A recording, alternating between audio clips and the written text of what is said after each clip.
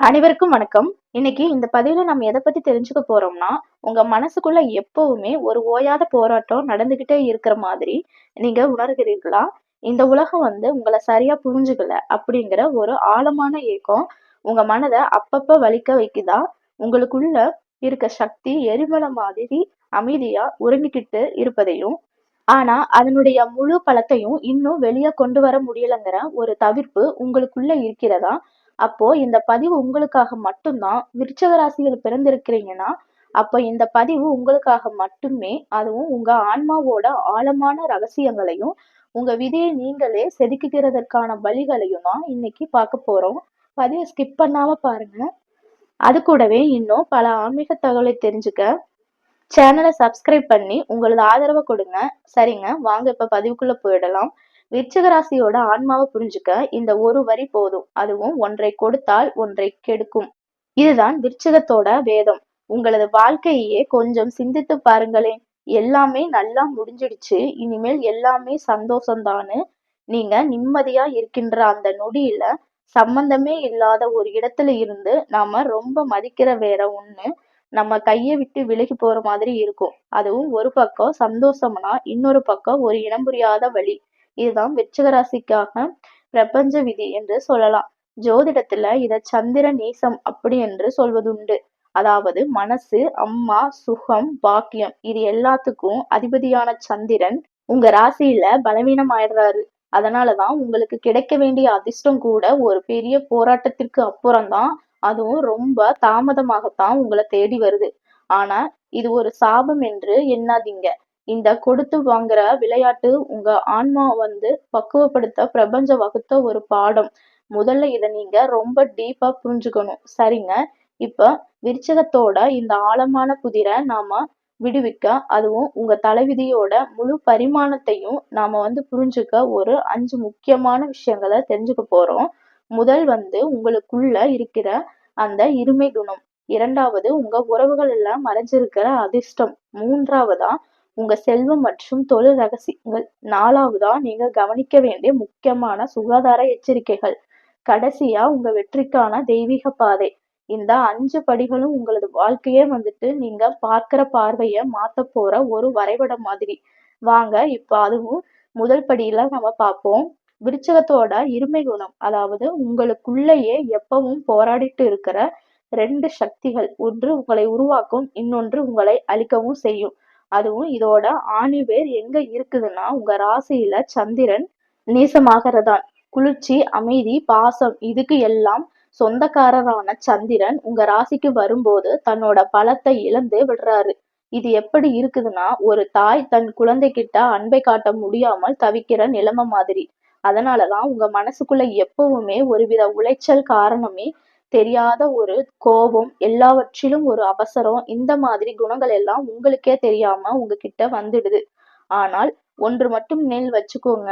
இருள் எங்கே அதிகமா இருக்கோ அங்கதான் வெளிச்சத்தோட மதிப்பும் தெரியும். உங்க போராட்டத்துக்குள்ளதான் உங்க மாபெரும் சக்தியும் ஒரு எரிமலை குழம்பு மாதிரி உங்களுக்குள்ள உறங்கிக்கிட்டு இருக்கு. இப்போ உங்க ஆன்மாவோட கண்ணாடி பாருங்க. ஒரு பக்கம் நெருப்பு போன்ற முன்கோபம், மலையை போன்ற பிடிவாதம். ஆனா மறுபக்கம் பாருங்க, ஒரு சின்ன பாசத்துக்காக ஏங்கி அதுக்கு அடிமையாகி போற ஒரு குழந்தை மனசு. அதுவும் நீங்கதான். உங்க லட்சியத்தை பார்த்து சிலர் அத பேராசைன்னு கூட சொல்லலாம். ஆனா அந்த குணம்தான் உங்களை வானத்தையே வசப்படுத்தும்னு பிரம்மாண்டமா யோசிக்க வைக்குது. அதுவும் உங்க வார்த்தைகள் சில சமயம் வாள் மாதிரி கூர்மையா நேரடியா இருக்கலாம். ஆனா ரோட்ல ஒரு ஜீவன் கஷ்டப்படுவதை பார்த்தா மத்தவங்கள விட முதல்ல ஓடி போய் உதவி செய்யற ஒரு ஈரமான இதயமும் உங்களுக்கு தான் இருக்கு. அதுவும் உங்க பலவீனம்னு நீங்க நினைச்சுக்கிட்டு இருக்கிறது தான். அவங்க மிகப்பெரிய பலத்தோட வேர்கள். உங்களுக்குள்ள ஒரு காட்டாற்று வெள்ளம் மாதிரி ஒரு பிரம்மாண்டமான சக்தி ஓடிக்கிட்டு இருக்கு. அதுலயும் ஆனா அந்த வெள்ளத்துக்கு ஒரு அணைக்கட்டு இல்லைன்னா என்ன ஆகும்? அது ஊரையே அழிச்சிடும். அது மாதிரிதான் நீங்க பொறுமை இல்லாம இருக்கிறதும், உணர்ச்சி வசப்படுவதும் உங்க சக்திக்கு ஒரு அணைக்கட்டு இல்லாமல் செஞ்சு விடுது. அதுவும் உங்க சக்திக்கு 2 வழிதான் இருக்கு. அத கோபமா நீங்க வெளிப்படுத்தினீங்கன்னா, அது உங்களையும் உங்களை சுத்தி இருக்கிறவங்களையும் சுத்தி எரிக்கின்ற ஒரு காட்டுத்தீ.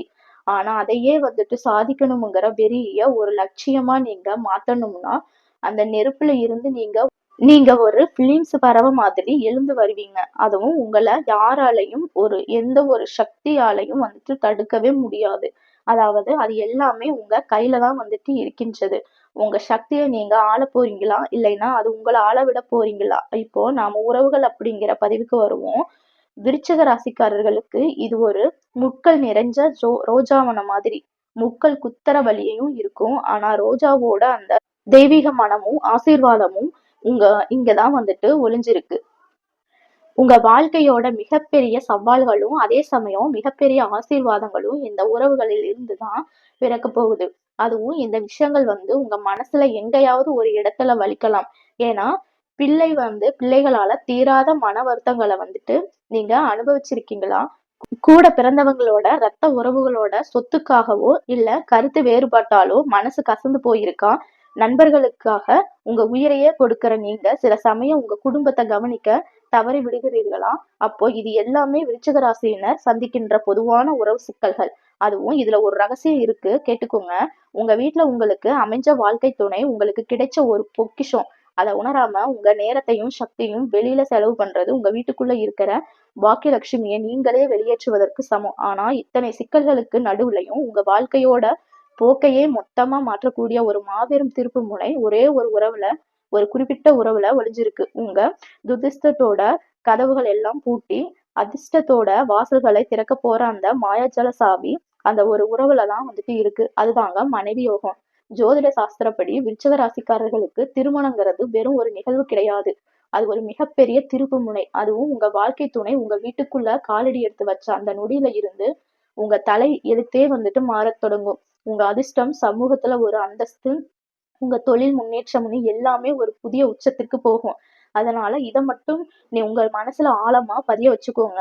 உங்க மனைவியோ இல்லைன்னா உங்க கணவரோ உங்களுக்கு கிடைச்ச மிகப்பெரிய யோகம். அதுவும் உங்க கோபத்திலையும் அவசரத்திலையும் ஒரு வார்த்தையால கூட அவங்கள வந்துட்டு காயப்படுத்தாதீங்க. அவங்கள போற்றுங்க. ஏன்னா உங்க பாக்கியத்தை தான் உள்ளங்கையில சுமந்துகிட்டு உங்களுக்காகவே வந்த தெய்வம் தான் அவங்க. அடுத்ததா செல்வம் மற்றும் தொழில், அதுவும் பணம். இந்த வார்த்தையை கேட்டாலே மற்ற ராசிகளை விட உங்களுக்குள்ள ஒரு தனி உத்வேகம் பிறக்கும். அந்த ஆசை தப்பே இல்லை. ஆனா நீங்க அதை சம்பாதிக்கிற விதம் ரொம்பவுமே தனித்துவமானது. உங்க எண்ணங்கள்ல இருந்து சாம்ராஜ்யங்களை உருவாக்குகின்ற ரகசியத்தை வந்துட்டு தெரிஞ்சுக்கலாம். இதுல முக்கியமானது என்னன்னா ரொம்பவும் சிந்திக்கிறது தான். வியர்வை சிந்தி உடம்ப வருத்தி உழைக்கிறத விட உங்க கூர்மையான மூளைக்கு வேலை கொடுக்கிற வழிகளில் தான் உங்களுக்கு ஆர்வம் அதிகம். அதுவும் ஒரே இடத்துல உட்கார்ந்துகிட்டு உலக ஆளற வழிகளைத்தான் உங்க மனசு தேடும். இதுக்கு இன்னொரு காரணம் உண்டு. அதுதான் உங்க தன்மானம். சிங்கம் மாதிரி வாழ விரும்புற உங்களால இன்னொருத்தர்கிட்ட கை கூட்டி தலைவணங்கி வேலை செய்வதை கற்பனை கூட பண்ணி பார்க்க முடியாது. அதனாலதான் உங்க மைண்டுக்குள்ள எப்போதும் ஒரு சொந்தமா ஏதாவது உருவாக்கிக்கணுங்கிற கனல் வந்துட்டு எப்பவுமே எரிஞ்சுகிட்டே இருக்கும். அதுவும் உங்ககிட்ட கோடிக்கணக்கான யோசனைகள் வந்துட்டு இருக்கும். உங்க மனசுக்குள்ள பல ஆசைகள் வந்து இருக்கும். ஆனா சில சமயங்கள்ல வெறும் கனவுகளா மட்டும் போயிடும். அதற்கான காரணம் என்னன்னா, வெற்றிங்கிறது உங்க யோசனைகளில் இல்லைங்க, அதை செயல்படுத்துற ஒரு தெளிவான திட்டத்தில் தான் இருக்கு. உங்ககிட்ட இல்லாதது யோசனைகள் இல்லை. இல்லாதது என்னன்னா ஒரு நிலையான ஒழுக்கமான திட்டம்.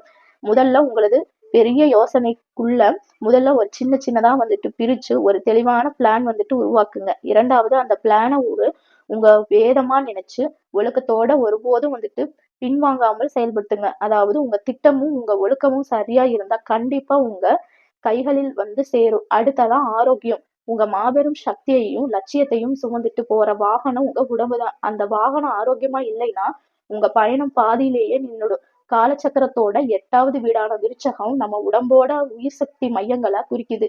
அதனால அந்த பகுதிகளில நீங்க கூடுதல் கவனம் செலுத்த வேண்டியது ரொம்ப அவசியம். விருச்சிக ராசியில பிறந்தவர்கள் பொதுவா சில உடல்நல விஷயங்கள்ல கொஞ்சம் ஜாக்கிரதையா வந்துட்டு இருக்கணும். குறிப்பா வயிறு சம்பந்தப்பட்ட பிரச்சனை, கருப்பை நீர்க்கட்டிகள் வர வாய்ப்புகள் வந்துட்டு இருக்கு. இது தவிர உடம்புல கெட்ட கொழுப்பு அதிகமாகுது. அதனால வருகின்ற உடல் பருமன், முதுகுவலி, பல்வலி இது போன்ற விஷயங்களையும் கவனிக்கணும். அதனால நீங்க கொஞ்சம் ஆரோக்கியத்தில் மட்டும் அதிகமாக கவனம் செலுத்துவது ரொம்பவும் நல்லது.